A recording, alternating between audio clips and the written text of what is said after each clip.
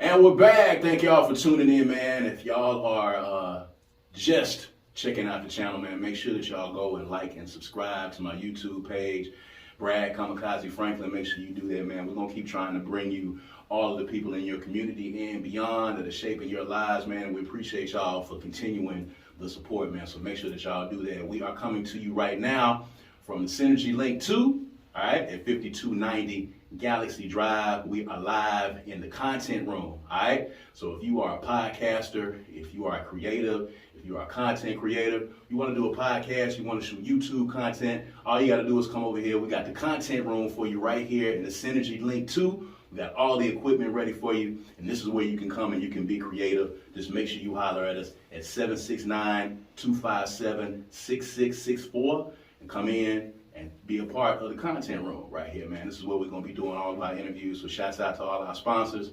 Shouts out to the Kundi Collective and the Kundi Collection. You can see I'm wearing one of the t-shirts right now, www.kundicollective.com, all right? And make sure y'all like and subscribe again to the YouTube channel. So today, I got two of my player partners in here with me, man, and I'm really honored to have them in the building with me because this is the first time I think they've been able to come to a lot of y'all.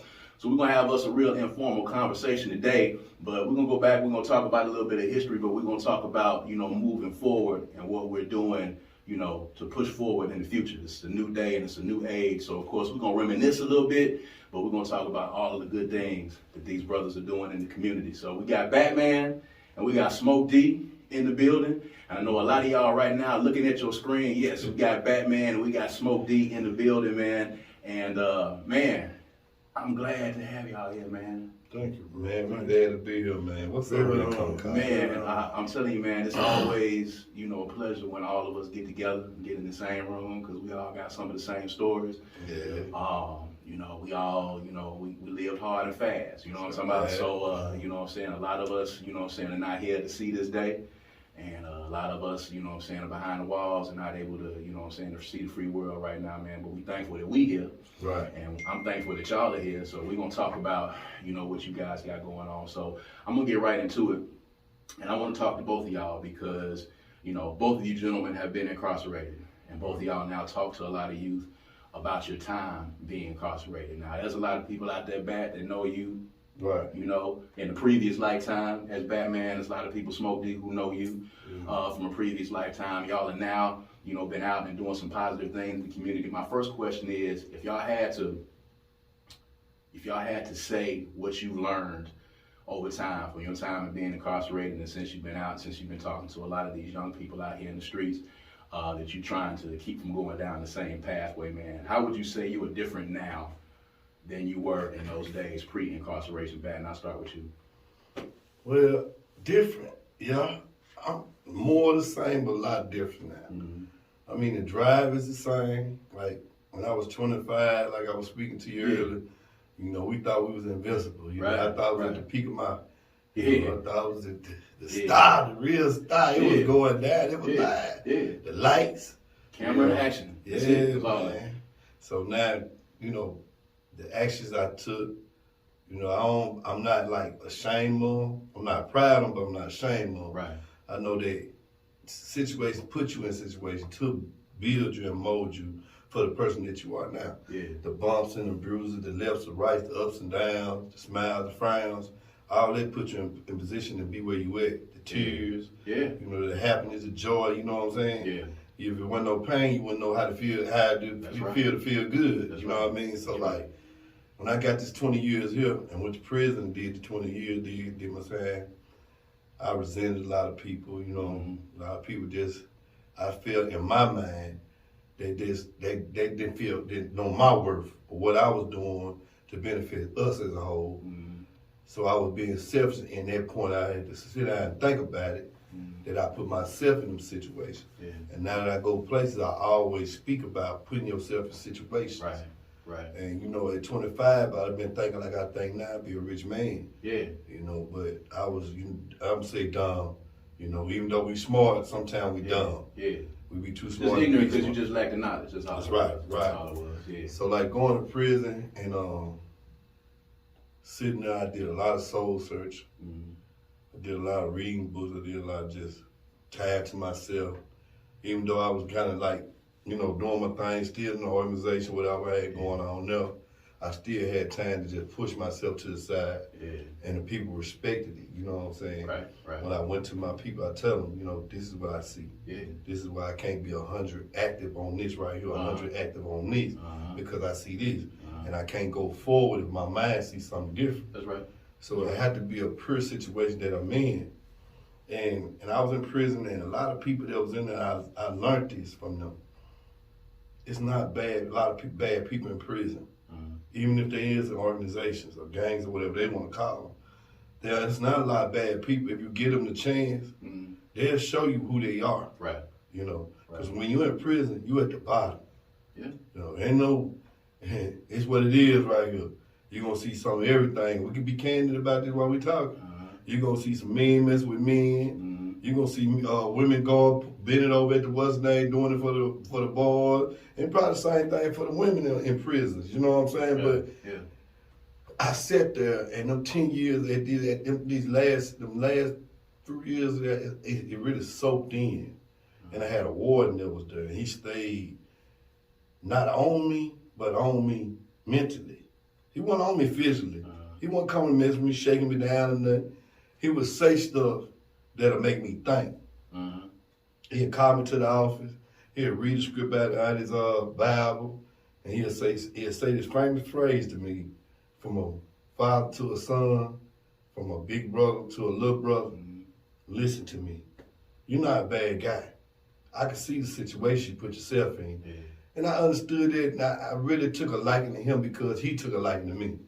It wasn't because I had no money.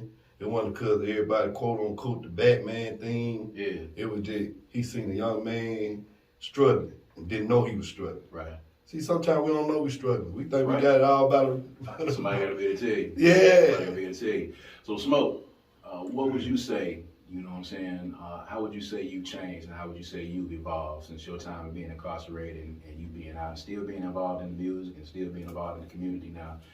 What would you feel like is your biggest change, your biggest growth?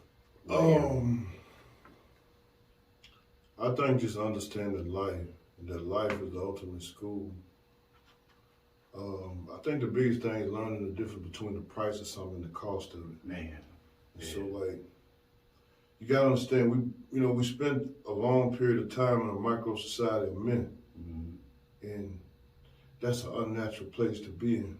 So we're all adaptable, and I suppose that I got stronger. I got better from a psychological and a mental aspect.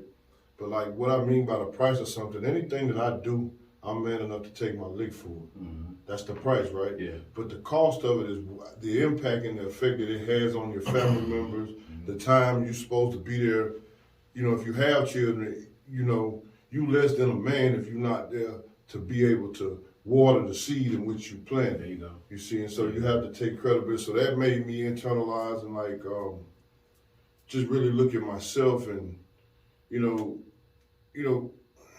prison is a place that'll make you more of what you are. You see what I'm saying? Because you're gonna get tested to see what it is and what it ain't. Either you got it or you don't. That's just where I can see. So I think that it was a greatly appreciated blessing for me, but I had to go through a lot to get the blessings, from a psychological standpoint and the way that I think. Yeah. I learned that reading words unlocks your mind to another, because you're able to say what you feel because you know the devil, just a lot of different things that, I had time to do that. Most people out here don't have time to do. We had the time to nurture our minds and grow our minds and deal with situations on a heightened level constantly. You got to understand something. You never don't hear anything. In prison, you always hear if it was a snort, fart, whatever. You always hear a noise. See, all of these things have conditional impacts on you from a psychological. So you come out, and it's some things that are not good that's in you, but it's a lot of things that are good in you. Because I'm gonna say this and I'm gonna finish. A lot of people, they look at us and they pity us because we went to prison. But that's not the way to look at it.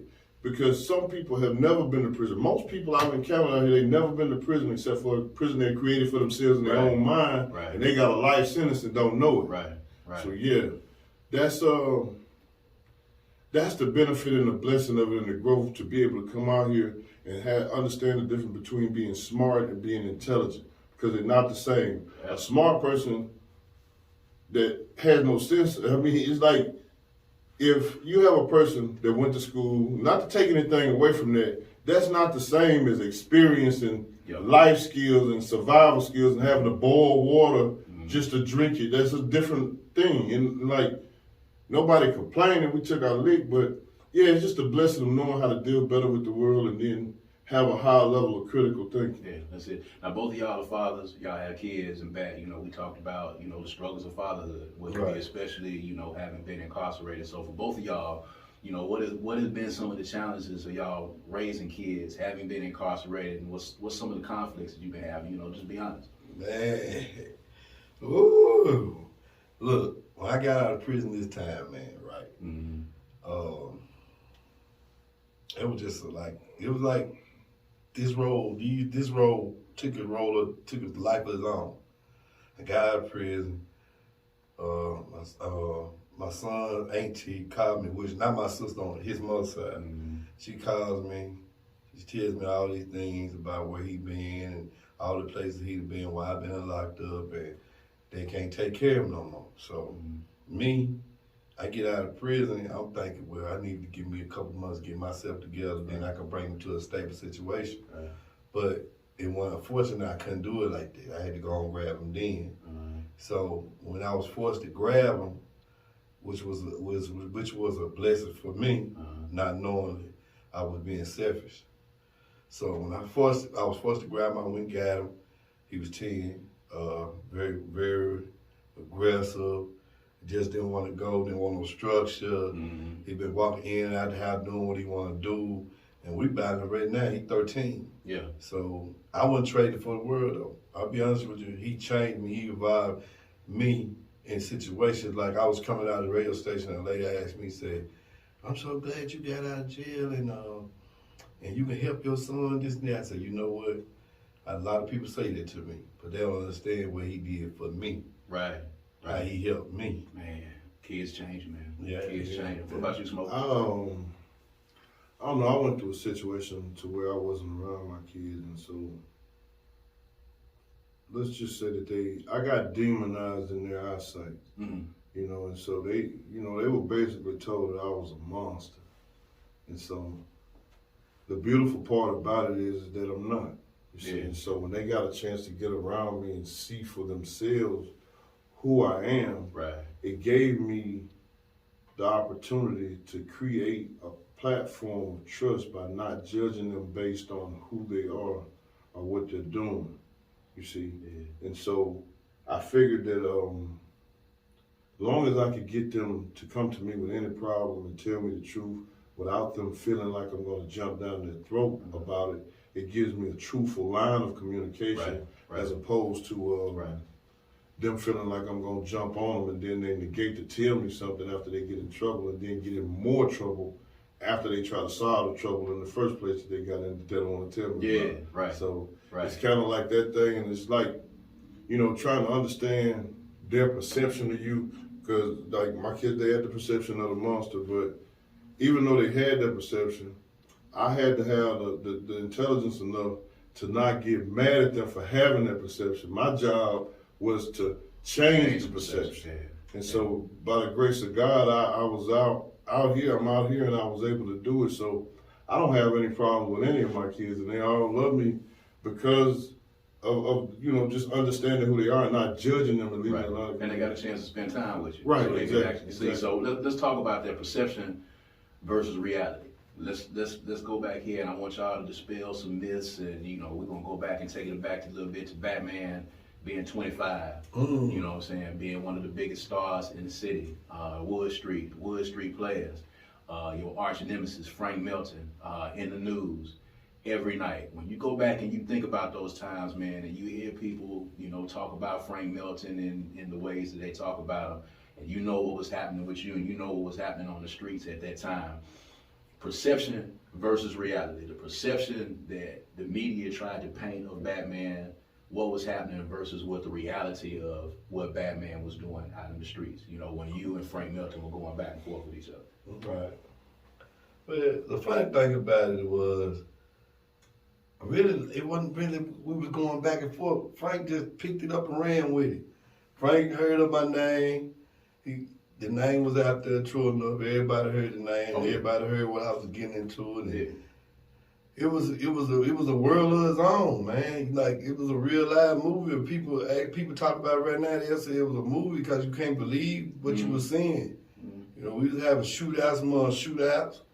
You know, we was, all in the club having shootouts 3 feet in front of each other. You know, and it was the same thing that's going on virtually right now with young kids right now. Yeah. And we speak about that because Y'all lived it. we walked through the fight. Yeah. And, I've been shot a couple times, been shot 3 times. So, like, getting shot, getting in shootout, making the deals I made, cutting the side deals, and doing everything that you do when you in the situation, you in the game, you know what I'm saying? Because, like, the game God ain't going to play. Yeah. He going to give you what you got coming to you. Oh, no doubt. So, like, going from there and seeing it and evolving into where I'm at right now. Like, then, I ain't gonna lie, I look back, I smile at it, because, like, I'm like, man, I made it through that. I did that. I made it through that. Yeah. You know? It's a lot, bro. Right. And people ask me a question, man, you know about this? I hold myself a little bit, and I'll be like, well, no, I wasn't quite like that. See, I just don't want to talk about it, but when I get in the car, I be like, they actually talking about this. Yeah. And I was the one actually there. Yeah. You was actually living it, brother. Like, the word always was in the rest of the city, man, that you don't walk down Wood Street. You don't go down Wood Street at all. You can't go from one end of Wood Street to the other end. It's this, and this is gonna happen. You know what I'm saying? One of the most active streets in the city, but also one of the most impoverished areas in the city. So when you look at Wood Street then versus now, have you seen anything change? You seen any improvement? Well, like then, it was a myth that you couldn't walk down Wood Street. People say stuff because you had it about each and every neighborhood something bad about them. And it's basically a neighborhood like this. If they don't know you, they not messing with you. Most people that's into it is somebody that know each other. Right. You know what I'm saying? And the poverty, it was there then. It's here, it's there now, it's here now, and a lot of people are trying to put in funds to try to help the neighborhood, and they probably seeking the funds in the wrong places and not put them in the right places. Like, I know what's wrong with my neighborhood. I know how to help my neighborhood. Right. You can't come over here and tell me what's wrong with the neighborhood, and you live way over there. Right, no doubt. And see, that's the problem with the crime. You want to talk about how to get to a solution to crime, but how you want to talk about a crime when you ain't never committed a crime? Right. I committed a crime. He committed a crime. We committed multiple crimes. We went to jail multiple times for these crimes, been convicted for these crimes. Right. So who better to know how a criminal think but a criminal? Not to say that, but that's the truth. And who's gonna get more respect? Right. And then fast forward to now, we got together. I would never seen that.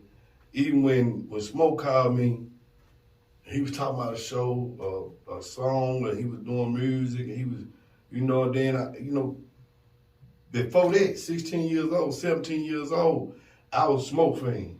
You know what I'm saying? That's my dude. I'm holding up for him. We was in county jail. He upstairs. We beating the door. He rapping. We doing our thing. And even though a lot of people didn't want to hold up for that part, I did because I felt like everybody from Jackson, we got some talent in Jackson. Oh yeah. You know what I'm saying? Yeah. That era that came out, man, listen, if they would have signed half the people out ain't no doubt. at that time right there, they would have got money. Oh, ain't no doubt. Because it was some talented people here. Absolutely. So Absolutely.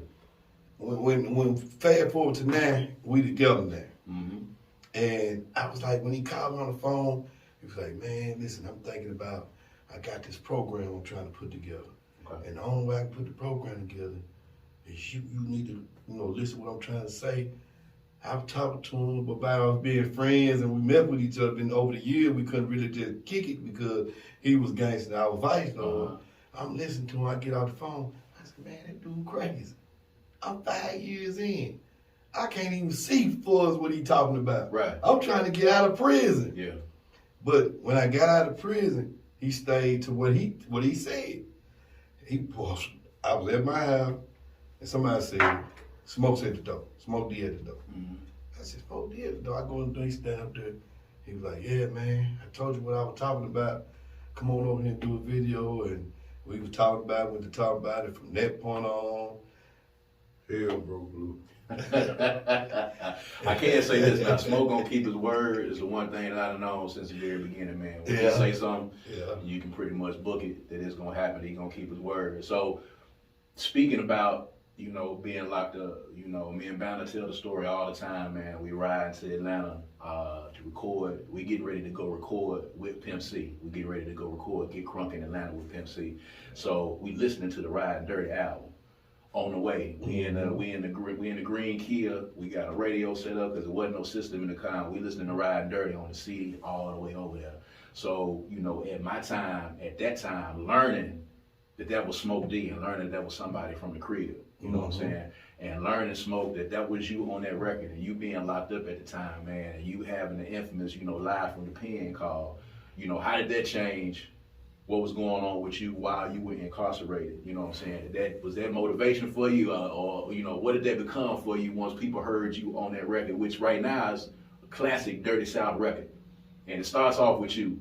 Yeah. You know what I'm saying? So how was that? I was too stupid to know any better. I guess I intentionally put that shout out to Stokes. He said he gave some, they got in by his name. So I intentionally sent them to them for them to just know that I was okay. I'm cool. Didn't know he was gonna chop it up. And when the record came out, let's just say I went through a lot of backlash because of that. You know what I'm saying? Because they didn't know how I did it because it wasn't on the phone. But I mean, technology is upgraded now. It was just a DAT recorder that I walked around. And so I got a lot of backlash, locked down, you know what I'm saying? Get the probe, the anal probe and all that shit. Like, like they, then shipped me to the moon. They shipped me straight to the moon. And so but when I got to the moon, all the Martians celebrated me. And I mean the moon, I mean my apartment, Camp 29. Cause in the system, if you leave from anywhere in this state, I don't know about other states, they already know what you're there for before you get there and they know you coming. Yeah. So it was like a welcome party for me to go into prison. You know what I'm saying? And with Bad and I, we rapping and doing the different things. I was, it grew into me being like a person that made it feel okay to be there, like a beacon of hope because, I just had this drive. I always did shit I wasn't supposed to do. You know what I'm saying? Making myself misappropriation of whatever power God gave me. I was using it to get bullshit in there. Yeah. So, through the process of all of that exalting, which I no longer like. I don't like nutsuckers. I don't do that shit. So anyway. Oh, you good? Go ahead. Yeah. Good. But it helped me to learn the true definition of power. And what it means to me to have power is just because you got the power to do something, you got to know when, where, how, and why you're doing it in an application of true God intent in your heart. Then you're going to have some power. Just you doing some shit just to do it, or I can get this in here just to do this here, and then make yourself look like a steak sandwich. That's not what you do. Right. So in prison, that humbled me down because I was used to having my way out here. See, but in there, I had to drink water and dream about a hamburger just to get full. See, so that was the difference of it, the meekness and the humbling down. Yeah. That's what really, impacted me from them skits. And then when I was there, I didn't even want nobody to know who the fuck that was. Yeah. You know what I'm saying? Because of all the unwarranted attention. I'm trying to let the time do itself. They got me in there doing time with all the funny men. You know what I'm saying? Yeah. So it was just like a different thing, something that I know now that I don't really desire to do. Right. It's because of him I'm out here with the pictures and the talk tick and all that stuff. You know what I'm saying? Because we didn't come from that era, but he adjusts quicker than I do to stuff like that. Yeah. You know what I'm saying? And then I trust his word because we are alike. We like obviously like 17 years. Yeah. Crimes almost, you know what I'm saying? Yeah. So he got the same thing I got to lose, so he thinking like me. Yeah. You know what I'm saying? Yeah. So it tends to kind of loosen me up a little bit. He more extroverted than I am. So let's talk about the music real quick. Let's go back to that era. Let's go back to the Wood Street Playas. Let's go back to, you know, Smoke D. We can go back to, you know, the Wildlife Society. Let's go back to Donnie Money, you know what I'm saying, the Volcano. We can go back to all of that. You know, we all lived through that. Was having a conversation with Asiatic Black, and he was talking about DJing in the Birdland, and he was talking about how music was able to have gangsters and vice lords, you know, in the building together at sometimes in some semblance of harmony. Not always harmony, but Right. in some semblance of harmony, the music was able to bring people together. So you gangster, you vice lord, and y'all talking about that dichotomy and what that is that brought y'all together. But just talk about how different it was back then. Talk about how serious it was, because at one time, you know, it was either one side or the other side for a lot of people. And when you're doing music, it was very difficult for you to be in certain places if you wasn't around certain people. So talk about that time, just so people can really understand when we talk about today and what's happening today, you know, what was the precursor to that. Right. And how that works. So, you know, Wood Street Playas being vice lords, you know, how was that going in these venues and doing music and being popular and doing the music that you was doing, but going in some places where you might not have been welcome? And you know what? And I find it funny though, because like with the music we did, I don't know if it was just us or the culture. Mm-hmm. And the culture of the music, we all try to stick to being real about what we doing, what we saying. We didn't fantasize or publicize right. something that we weren't really doing. Right. You know, we saw something, we'll talk about that, but we mainly talking about us. Right. You know, like I look at forming the record company Do for Self Records. Mm-hmm. So me forming the record company and going through it, and what made me form the record company was me going to another rap group in Mississippi, you know, in Jackson, and I got shunned by him. So he motivated me. He never know that he did that. He motivated the top drug dealer in his neighborhood. You see, I got you. Yeah. And I got the money to go over here and pay for the studio time. Yeah. Get me a record company. Go get the shirts. Go get this. Pay taxes on this. So I'm learning about the business as I go, but I was motivated by certain things that happened in my life to go do it. Uh-huh. So once I did it, and me, I come from a family of gangsters. My family is the only family in my family is vice lord. Me, yeah. my immediate family. And I'm probably, my brother and me probably the only ones that's there. But the rest of them are gangsters. So I was born with that. You see what I'm saying? So it never been a point where I could never go around gangsters and not feel comfortable. Uh-huh. You see what I'm saying? Because I already been around them, and we was taught men gonna be mean. Mm-hmm. If you can't go around another man, then you ain't no man. Right. See, and real gonna recognize real. Ain't no doubt. So when I dropped my stuff and I came, and they asked me to come, I came with my entourage like everybody else did. We came for trouble, see, we got to get back on too. Yeah. But at the same time, it was number love, and it was from both sides, because we went to different neighborhoods where we thought we was gonna have problems. And it was, most times it was probably with the same people you was with. Yeah. It wasn't the op. Yeah. The op be the person right beside you. Be cool. Yeah. So Smoke, you know what I'm saying, was it ever some tense situations that you can remember?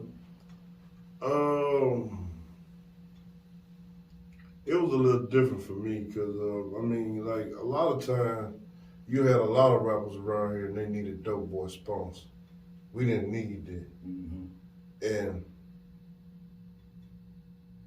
you know, when I moved to Jackson, where you move at in Jackson, that determines what you are. Mm-hmm. I just happened to move out in Ghost Town, this gangster, you know, where they at. And so that's just how that began for me. But then, like, as stuff started going on, I always wanted to stand out. I don't care what it was. Mm-hmm. Whatever we finna do, I'm gonna do it first, I'm gonna do it better, I'm gonna be the best one. And that's what it's going to, you know, and then they kind of by committed started pushing me up to the league, you know, and then I could always do the music and stuff, but then, you know, in an instance, at Club Volcano is where I met Pimp Man. Yeah. And in an instance, I'm in Texas, you know, Well, then a year and a half later, I got a hit record on the radio with these guys, right? Yeah. So when I come back to Jackson, it's altogether different. There ain't nowhere I can't go now. Right. You know what I'm saying? No neighborhood I can't go. I can't. Right. I know now I got free access to the city to get my work off of me because I would, work anywhere up in here. And then, I tried to stay too regular. And the world wasn't looking at me like that. Looking at you regular. And then, I end up, Yeah. I end up, going to prison. Yeah. So let's fast forward to today. You know what I'm saying? You two gentlemen, y'all have a radio show. When does the radio show air? Every Wednesday at 9 a.m. It's called A Chance and a Choice. On WMPR, and the show is geared up for the people, and it's by the people. We make everybody the star, and everybody has a voice because collectively it takes the expressions of everybody in here, in this city, together to collectivize and come up with an answer. There's no one person that's going to have the answer because we all got to come together, so we all got to have some say in it to some degree. So it's geared around that, and that way you make everybody a star, and we just, That's beautiful, man. That's beautiful. So, fast forward to today, the hot button topic is crime in the city of Jackson. 153 homicides last year, the most that the city has seen in a while. We talked about this offline before we actually came on here about, the state that the city is in. You guys are trying to do your part in reversing the cycle and talking to these kids because y'all have actually been there. Y'all have actually done time. Y'all have actually done a lot of the things that these kids are doing. What do you see as the difference in the kids that y'all are running into these days, that y'all are talking to and trying to mentor, as opposed to when y'all were coming up? Well, more or less, the kids these days they're more impulsive. Mm-hmm. I mean, we ain't just have a stir and we get into it. We actually had to be knowing. If we got into it, it was something really going on with us. Yeah. Now it's more of a who doing this and who doing that. It's more of a jealousy type thing. Myself, I think it's more emotional. And men shouldn't be so emotional. And that's how I feel. I look at a lot of kids. My son is one. And we go through it. And we've been going through it for 3 years. And I'm single parent custody. Mm-hmm. So he ain't like I can go give him to somebody, come back and get a break. He every day. every day. Yes, the doctor. So when I look at him, he give me the motivation. Look, I got to make sure you get 18. I said this in the car the other day. I'm just gonna say it. White people, right? Mm-hmm. And I got some good white friends. Mm-hmm. They know how to say it to them.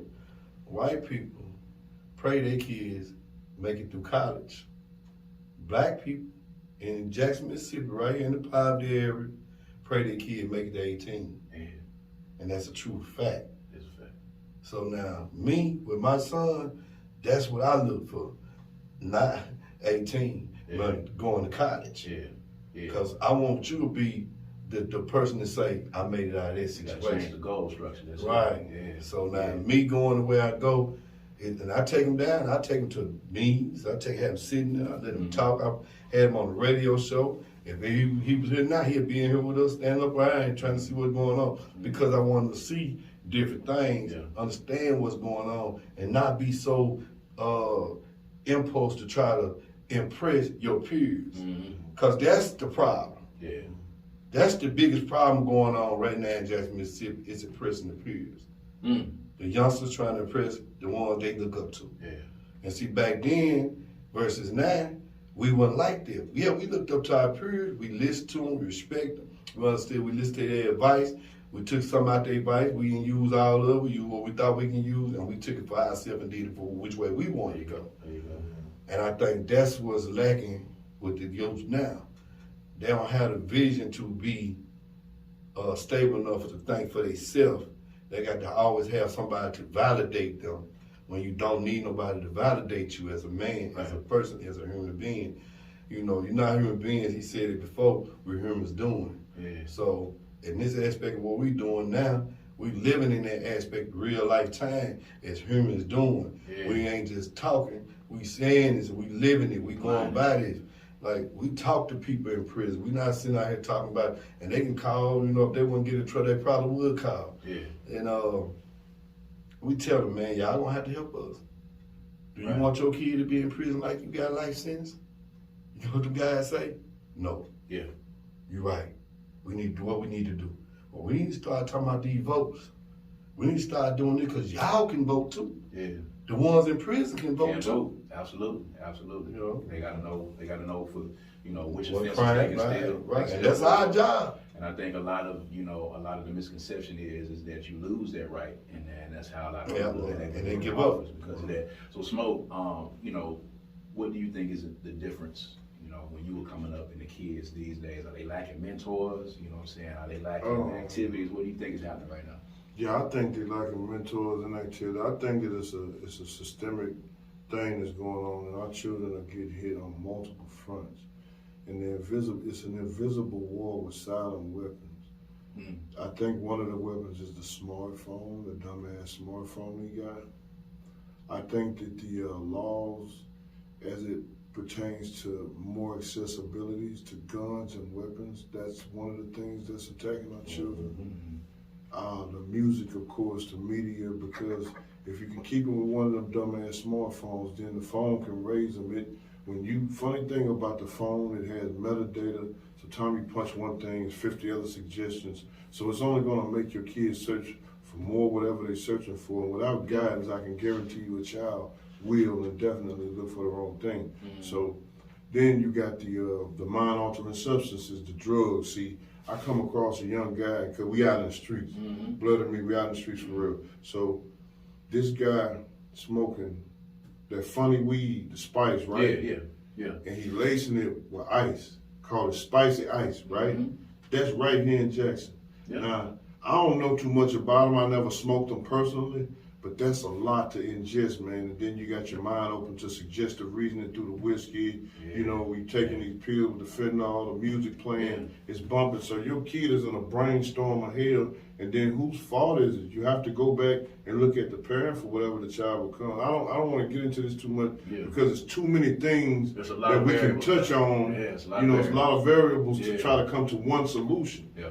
And they all have to be worked on simultaneously and pretty much logistically timed the right way if you understand where I'm at with it. So it's a multitude of things, man, that we just didn't do. We didn't take pictures. If we went out and did something, it was a reason.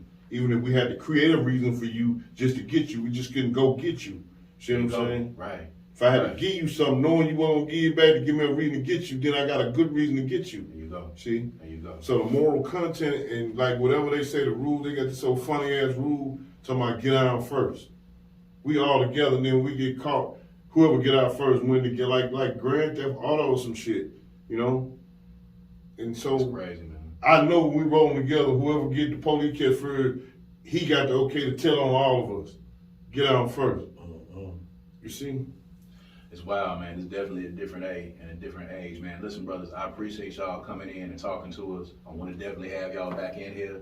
Definitely want to talk and want to continue to keep up, and check in on what you guys are doing. And I want to make sure I shine a light on what you guys are doing, man. So make sure y'all are tuned in to WNPR. What's the name of the show again, Smoke? A Chance and a Choice. A Chance and a Choice on WNPR. We're going to invite you on that show now. Hey, I'm ready to come. I ain't been in the WNPR building in a minute, man. But anytime y'all need me, brother, like I said, y'all are my peers. We come from first generation, hip hop in the city of Jackson, Mississippi, man, from all different sides, and it's always been respect all the way across the board, man. So I appreciate y'all coming in, and Bat, I appreciate you coming on, because this is the first time you really had a chance to really kind of speak to the people since you've been out. Smoke, everybody loves to hear from you at all times, man. Go ahead. I just want to give a shout out, man, to all of the people that did music from our generation, Boo, anybody and everything. It's our time now to come back and give back, because a lot of the stuff that's going on with these kids, whether we like it or not, and I'm going to step up first, it's our fault. Absolutely.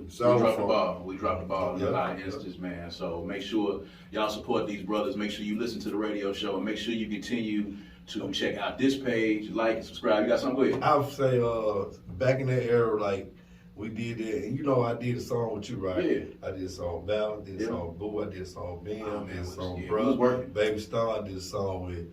Everybody at that time, I said, well, I'm gonna put a song with everybody from Jackson on this album. Yep. You know what I mean? Yep. And I didn't get a chance to do it, but I have all the music. You got all the music, man. Yeah. Well, it might be time. You know what I'm saying? That's some Yeah. bigger stuff, man. It might be time. Smoke, you know, keep trying to send me beats, man. He's trying to get me to rap. I told him I ain't rapping no more. You know what I'm saying? He's still trying to make it happen. Man, You know, I was talking to him and telling him, no, I ain't gonna do it, and he wasn't even listening to me. He just kept on talking. Yeah, I He want kept on talking. to He kept on congratulate. talking. Hold You know what on, I'm telling we're you. gonna get into it. I want to congratulate Kamikaze for allowing me to give me the go ahead to do something that I've had on a bucket list when I was in prison and didn't even know I was gonna get out.